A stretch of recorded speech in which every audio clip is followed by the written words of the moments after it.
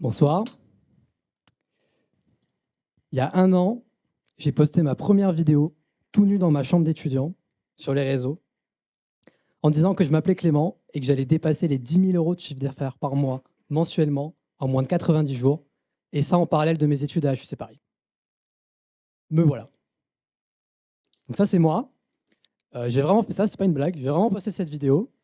Alors juste là, j'étais un peu plus gros, j'avais 10 kilos de plus. J'ai un peu maigri depuis. Et l'idée, c'était donc de dépasser les 10 000 euros par mois en moins de 90 jours en fondant une société dans l'intelligence artificielle. Alors avant de vous dire si j'ai réussi ce défi ou pas, il faut quand même que je vous explique comment j'en suis arrivé là, à moitié à poil dans ma chambre, à faire cette vidéo. Et pour ça, il faut remonter un peu. À la base, j'avais un rêve. Je voulais devenir tennisman professionnel. Je voulais faire partie des 100 premiers mondiaux. Alors je suis repéré très tôt, à l'âge de 5 ans, par la Ligue de Provence de tennis. Et je me retrouve sans trop comprendre ce qui m'arrive dans un monde un peu particulier.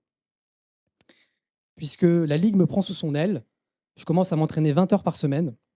Je pars tous les 2 mois dans toute la France avec ma petite valise, avec mes petites raquettes et avec mes coachs pour faire des tournois. Et je vous l'accorde, c'est un rythme de vie un peu particulier pour un gosse de 6 ans, mais moi j'adore ça. Vraiment, je m'épanouis, je suis à fond, et les résultats sont là parce que je fais partie des 10 meilleurs Français de ma catégorie pendant 10 ans. Pendant 10 ans donc, parce que cette belle histoire, qui a l'air d'être une belle histoire, va s'arrêter un peu brutalement. J'ai 15 ans, je reviens de Roland-Garros avec mon père en voiture. Et mon père s'endort au volant sur une voie rapide. Moi, je suis sur la banquette arrière, je suis allongé, évidemment, je ne suis pas attaché. Et donc, je suis victime d'un important accident de voiture. Et là, j'ai des séquelles au dos, aux hanches, aux genoux. Et donc, on me fait vite comprendre que je ne vais pas pouvoir continuer à faire 20 heures de tennis par semaine avec ce niveau d'intensité. Et donc, c'est la raison principale qui fait que, parmi d'autres raisons, notamment une autre raison un peu plus drôle, c'est que mes entraîneurs sont un peu déçus que je n'ai pas eu la puberté espérée. Comme vous pouvez le constater, je ne suis pas très grand. Et donc, pour ces 2 raisons principalement, je me rends compte que mon rêve devient complètement impossible à atteindre, que j'y arriverai jamais. Et donc, je prends la décision radicale d'arrêter complètement le tennis du jour au lendemain.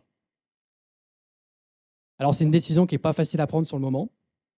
Et donc, je fais une dépression pendant environ 6 mois, parce que le tennis, voilà, c'est toute ma vie, c'était mon identité. S'oublier pour mieux se trouver, moi, je m'étais déjà trouvé, en fait, à 5 ans. Et donc, voilà, je suis un peu paumé, je ne sais pas trop quoi faire, je ne sais plus qui je suis. Et donc, tout naturellement, je me cherche. Je commence à me chercher et j'essaye de trouver une nouvelle identité. Alors, ma première intuition, c'est le sport, puisque à ce moment-là, je ne me vois pas faire autre chose que du sport. J'ai fait ça toute ma vie. Alors, je commence à chercher un sport pour lequel mes séquelles physiques n'ont pas trop d'impact. Et donc là, je commence le golf. Voilà. Un peu plus tranquille physiquement, donc ça me correspondait plutôt bien. Et là, je vais être pro en golf. Donc, j'ai 15 ans, toujours. Et je commence à m'entraîner comme un malade pendant 1 an et demi. Je monte au niveau national. Mais bon, j'ai quand même commencé à 15 ans, donc je me suis un petit peu surestimé. Et donc, globalement, je foire le projet et finalement, j'arrête le golf. Après ça, je me mets aux jeux vidéo. Et j'essaye de me qualifier au championnat du monde de Fortnite avec ma team. Et là encore, on foire à quelques centaines de places près. Après ça, je me rappelle que j'aime beaucoup lire et écrire. Et là, je me dis, je vais écrire un livre. Très mauvaise idée. Je vais écrire un livre que je vais auto-publier sur Amazon pour faire un max d'oseille. Et là, malheureusement, je crois que je fais 6 ou 7 ventes à 6,50 €. Donc, ce n'est pas trop le succès espéré. Mais je suis dans le déni. Et je suis convaincu que j'ai du talent. Donc, j'écris un 2e livre. Et cette fois-ci, j'écris un livre romantique. Ok, j'avoue, j'écris un livre érotique. Et là, je me dis que ça va beaucoup mieux se vendre. C'est sûr, la demande est là, mais malheureusement, je ne fais pas beaucoup plus de ventes et c'est toujours pas le succès tant espéré. Mais j'ai au moins appris 2 choses. 1, que je serai probablement jamais un grand écrivain. Et 2, que manifestement, je comprends rien aux femmes parce que c'était mon avatar client. Bon, là, mes parents viennent me voir et après toutes ces désillusions, ils me disent qu'il faut que j'arrête mes conneries et que j'aille faire des études. Je les comprends un peu, ils avaient lu mon deuxième livre. Donc là, on me dit qu'il faut que j'aille en classe préparatoire aux grandes écoles, que ça va me plaire, que ça va être cool. Alors, j'y vais, un peu la fleur au fusil, je suis pris dans un grand lycée parisien et là, je me prends une claque monumentale. Parce que je pensais naïvement que les cours, ça allait être tranquille, parce que j'avais jamais eu de problème avec les cours dans ma campagne natale. Mais là, c'est pas du tout le cas. Premier concours blanc, je suis dans les 5 derniers de ma classe et je comprends que j'ai absolument pas le niveau. Mais bon, là, normalement, vous commencez un peu à me connaître. Et du coup, ça me permet d'avoir un nouvel objectif, qui est donc d'intégrer la meilleure école possible après les concours. Et donc là, je m'enferme, je bosse 13 heures par jour pendant 2 ans pour avoir la meilleure école possible. Et cette fois, j'y arrive. Pour la première fois, du coup. Voilà. J'y arrive et j'arrive à intégrer la meilleure école de commerce que je peux avoir, sur le papier en tout cas, HEC. Et là, j'arrive à HEC. Alors, on est nombreux à vouloir décompresser après la prépa. Alors, je décompresse pendant quelques mois. Désolé, j'ai pas de photo, mais je peux pas. Je décompresse un peu, mais très vite, je commence un peu à me lasser d'être devenu alcoolique et de sortir 3 fois par semaine. Et pire que ça, en fait, je commence à m'ennuyer. Parce que si vous avez suivi, donc j'ai plus d'objectifs, je sais plus quoi faire de mes journées, donc je m'ennuie terriblement. Et à ce moment-là, je suis aux États-Unis en échange, et ChatGPT-4 vient de sortir. Alors je le teste et je me renseigne de façon générale sur l'IA. Et là, je suis absolument convaincu que l'IA générative va complètement transformer la société. Et donc, je ne sais pas encore ce que je vais faire, mais je me dis qu'à la rentrée prochaine, en septembre, je vais fonder une société qui exploite ces nouvelles technologies. Donc, je me dis ça pendant que je suis aux États-Unis. Et tout ça pour dire donc que c'est ça qui nous amène à ce drôle de personnage, tout nu dans sa chambre, qui fait sa première vidéo. Et là, pour que vous compreniez bien le lien, en fait, cette première vidéo, c'est ce qui m'a forcé à passer à l'action, à vraiment lancer ma société pour de vrai, à vraiment le faire, parce que j'ai dit à tout le monde que j'allais le faire et qu'en plus ça allait marcher. Donc je m'étais exposé à l'humiliation publique. J'étais obligé d'assumer ce que j'ai raconté. Et c'est ce qui en fait a tout déclenché. Donc cette vidéo, elle est super importante pour moi parce que c'est un vrai tournant dans tout ce qui s'est passé par la suite. Et à ce moment-là, ce Clément-là, il est à milieu d'imaginer tout ce qui va se passer dans l'année qui va suivre. Et il est à milieu donc d'imaginer tout ça. Et pire que ça, donc là, je vous rassure, je ne vais pas me jeter des fleurs. Je vais carrément me jeter le bouquet entier. Mais promis, ça va durer 40 secondes grand maximum. Donc là, ce qui se passe, c'est que j'ai 21 ans. Et donc, je cofonde Zenitia avec un centralien. Et en un peu plus d'1 an, en parallèle donc de mon Master 1 à HEC, on arrive à générer un peu plus de 250 000 euros de chiffre d'affaires. On accompagne plus de 30 clients dans des secteurs variés. J'organise aussi 4 événements entrepreneuriaux qui rassemblent plus de 80 personnes à chaque fois. Je crée une vraie communauté sur les réseaux. Je suis même invité à des conférences, ce qui est très drôle puisque j'étais en amphi en cours aussi. Et j'ai même fait un autre TEDx. Au bout de 6 mois et au vu de nos résultats, HEC m'accorde une dérogation pour que je me concentre exclusivement sur le développement de ma boîte pendant 18 mois. Et donc, bien sûr, en parallèle de tout ça, je deviens complètement indépendant financièrement, donc je ne dépends plus du tout de mes parents. Et au-delà de ça et au-delà de l'argent, j'apprends surtout un nombre incalculable de connaissances, de compétences. Je développe mon réseau sur tout ce qui est donc le business et l'entrepreneuriat en général. Et le pire dans tout ça, c'est que si je n'avais pas posté cette première vidéo, rien de tout ça serait probablement arrivé. Absolument rien. Et j'étais vraiment à ça, de jamais la poster, cette première vidéo. J'ai mis des heures à appuyer sur publier. J'étais à un rien. Parce que ce Clément-là, il y a une chose qui lui faisait terriblement peur, et peut-être que ça vous fait peur aussi d'ailleurs, c'était le regard des autres. Et j'avais bien raison d'avoir peur du regard des autres. Parce que je m'en suis pris plein la gueule au début, et pour ça, je vous ai préparé un petit échantillon. Alors on commence par la classique. Ah, voilà, j'ai cru que ça ne marchait pas, ça aurait été un peu terrible. Je vais commencer par la classique, donc le « tu vas jamais y arriver ». Alors après, il y a la même en un peu plus affectif. Bref, t'es pas fait pour ça, mon grand. C'est plus sympa quand même. Ensuite, il y en a qui ont beaucoup d'amour à partager.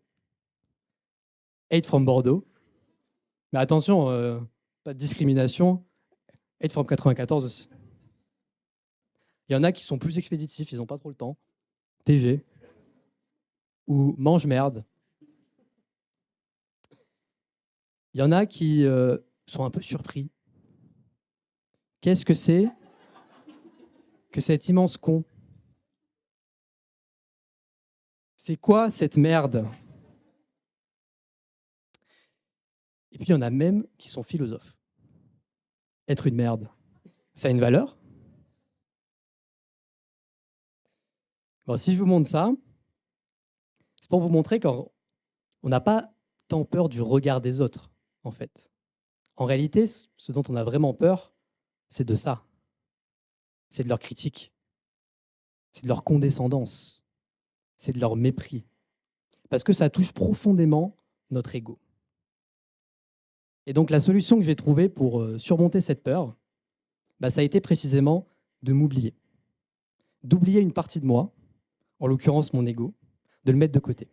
Parce que quand on réfléchit un peu, quand on y pense, quand on accorde de l'importance au regard des autres, on accorde énormément d'importance aussi à notre propre personne. Et peut-être qu'on se prend un peu trop au sérieux. Parce que la vérité, c'est que la plupart des gens n'en ont absolument rien à foutre de nous, et que même les haters que je viens de vous montrer, le soir même, ils m'ont déjà oublié, parce qu'on n'est que les personnages secondaires de la vie des autres. Donc, quand on a peur du regard des autres, en fait, on suppose que les autres nous accordent de l'importance, alors que pas du tout. Alors, la solution que j'ai trouvée, ça a été d'oublier cette partie de moi-même pour trouver une nouvelle version de moi-même, une nouvelle identité, qui se prend beaucoup moins au sérieux, et donc qui devient presque insensible au regard des autres. Et donc ça, c'est cette nouvelle version de moi-même, et qui devient surtout insensible aux critiques, au jugement et à tout ce que je viens de vous montrer. Tout en gardant à l'esprit que quoi qu'on fasse, dans tous les cas, on sera critiqué. Je crois qu'Inoxtag l'a bien prouvé. Et en gardant aussi à l'esprit que quand on s'expose au regard des autres, on peut aussi de temps en temps inspirer quelques personnes, ici et là.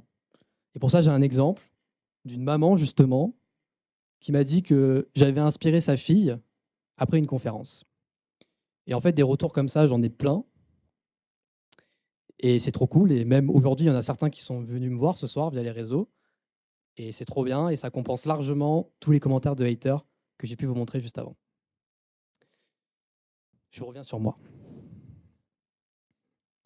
Donc, en oubliant une partie de mon ego, la question qu'on peut se poser quand même, c'est qu'est-ce que j'ai trouvé? Et surtout, est-ce que je me suis mieux trouvé? Parce qu'on est quand même là pour répondre à cette question ce soir. Est-ce que j'ai pu mieux me trouver en mettant de côté mon ego? Alors, la première réponse, ça va peut-être un peu vous surprendre, mais la première chose que j'ai trouvée, c'est mes vrais amis. Pourquoi? Parce que quand je me suis lancé, beaucoup de mes potes sont devenus plus distants, comme par magie, parce que c'est pas très commun de faire ça à HEC, je vous assure, et que les gens suivent plutôt la voie tracée par l'école du conseil en strat et de la finance. Donc j'ai beaucoup de potes qui m'ont lâché, mais j'ai aussi des potes qui m'ont soutenu. Et donc j'ai fait un tri incroyable dans mes relations. Et j'ai trouvé finalement mes vrais potes qui me soutiennent, quoi que je fasse, même quand je me mets tout nu sur Instagram. Donc ça, c'est la première chose que j'ai trouvée, c'est mes vrais amis.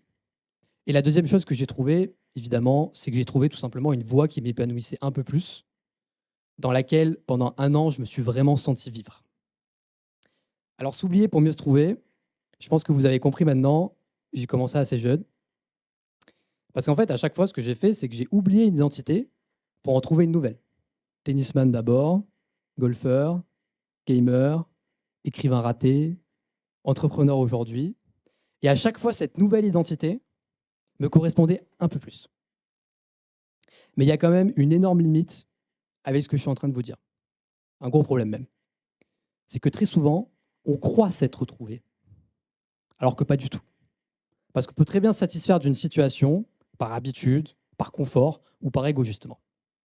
Donc on croit s'être trouvé. Quand j'étais tennisman, j'étais absolument convaincu que j'allais le rester toute ma vie. Quand j'étais golfeur, pareil. Quand j'étais gamer, aussi. Et là, je suis entrepreneur. Mais peut-être que dans 3 ans, ça va me saouler et que je vais faire autre chose. Donc en fait, je pense qu'il y a un petit peu de tragique dans cette histoire de mieux se trouver. Parce que toute notre vie, on se court après en essayant de s'attraper sans jamais vraiment y arriver. Mais bon, même si c'est le cas, même si c'est un peu tragique, je pense que c'est pas très grave.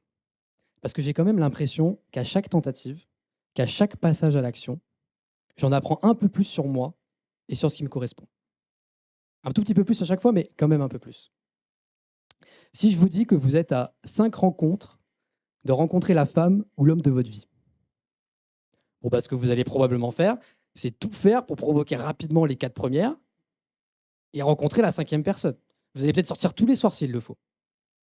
Et si maintenant je vous dis que vous êtes à 3 tentatives de trouver qui vous êtes, vous allez attendre vos 40 ans pour tester les 2 premières? Probablement pas. Alors je ne sais pas ce que ça vaut, mais je vais quand même essayer de donner un conseil du haut de mon grand âge. Si je devais en donner un, en tout cas, je dirais pour celles et ceux qui sont un peu perdus, qui ne savent pas trop quoi faire, qui ne savent pas trop qui ils sont. Je me suis donc retrouvé dans cette situation à plusieurs reprises. Bah, vous pouvez essayer de vous rabattre sur 2 forces, le mouvement et le culot. Alors, le mouvement, c'est l'idée d'être constamment dans l'action, d'arrêter de se mentir, d'arrêter de faire semblant, de prendre une intuition, qu'importe laquelle, on en a un peu rien à foutre, mais par contre, d'y aller jusqu'au bout, de vraiment faire les choses et de l'exploiter à fond. Ça, c'est le mouvement. Et comme a dit Damso dans Baltringue, il n'y a que 2 types de personnes, ceux qui disent qu'ils auraient pu le faire et ceux qui sont juste en train de faire les choses. Le mouvement, donc. Et la deuxième force, c'est le culot. Alors là, c'est juste le courage d'oser, c'est de surmonter cet enfer qui est les autres. C'est aussi d'arrêter de se prendre trop au sérieux. Et en fait, c'est juste de tenter des trucs. Car collectivement ici, et là je m'adresse plus particulièrement aux jeunes dans la salle ce soir, pardonnez-moi les vieux, collectivement, je pense que l'idée, c'est pas de se trouver à 40 ans après notre deuxième burn-out. Le projet, c'est quand même d'essayer de se trouver le plus vite possible. Parce que notre temps est limité, tout simplement. Alors personnellement, à 22 ans, je ne sais pas si je me suis complètement trouvé, probablement pas même, mais s'il y a une chose dont je suis sûr, c'est que j'ai probablement gagné une bonne dizaine d'années dans cette quête, et que maintenant c'est à vous, et qu'il ne vous reste plus qu'une seule chose à faire. Postez votre première vidéo tout nu sur Instagram. Je vous assure que ça va changer votre vie pour toujours.